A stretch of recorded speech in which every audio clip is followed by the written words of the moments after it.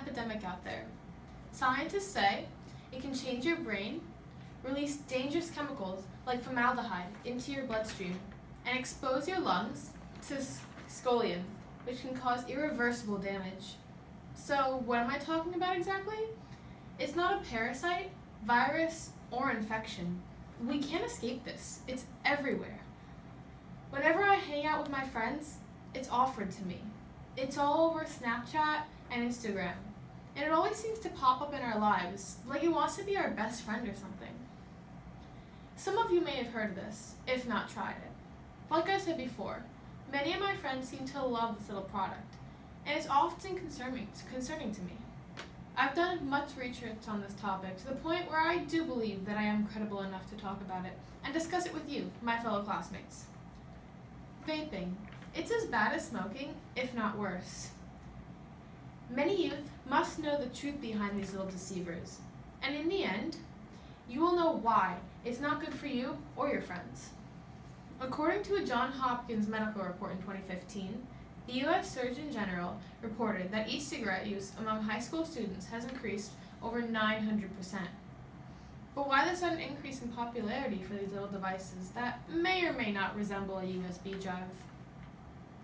Vaping has exploded in popularity in the recent years, but not among the original targeted audience.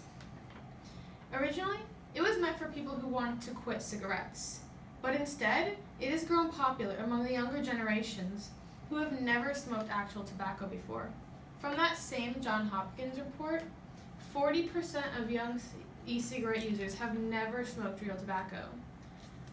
But if this product doesn't contain tobacco, then it must be safer, right? Wrong. E-cigarettes contain nicotine, a highly addictive drug, which is also found in cigarettes. Even ones that don't contain nicotine do contain harmful chemicals.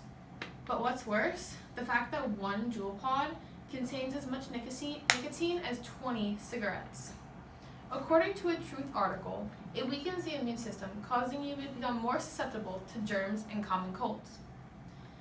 Another huge concern is that nicotine can cause immediate harmful side effects in young people's developing bodies and brain. So, how did this younger generation get so addicted? It was a critically thought out plan by the big tobacco companies. They make these e-cigarettes come in any flavor you want, like watermelon, cotton candy, or even candy apple. So it's more like a candy than a harmful device. I've heard many people tell me that they aren't addicted and they can quit whenever they want.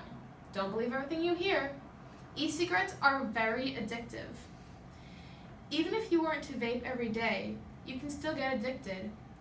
How quickly someone gets addicted varies from person to person. A report in the U.S. Today had revealed that withdrawals from vaping can be very difficult, and it can lead to symptoms of depression and anxiety. In this article, they interviewed Dr. Melissa Barbosa, who did a study on smokers who tried to quit through e-cigarettes and then tried to quit those e-cigarettes. Barbosa told US Today that only one patient she had ever treated was able to stop. And this patient suffered headaches, agitations, and nausea. So, how do you stop vaping e-cigarettes? Or maybe you have a friend who you want to help quit. Start by getting rid of all vaping products. Decide why you want to quit and write it down. You should also understand withdrawal, and that once you stop, you'll have even stronger urges for the nicotine. To sum it all up, I hope you learn the harmful effects that vaping can have on you and your body, and why it isn't good for you or a friend. But what can you do? Understand the risks of vaping and take control of your health. You should also know that if you or a friend is having a hard time quitting, then both you and they should try and talk to a healthcare provider. It's time to take action against this growing epidemic. Thank you.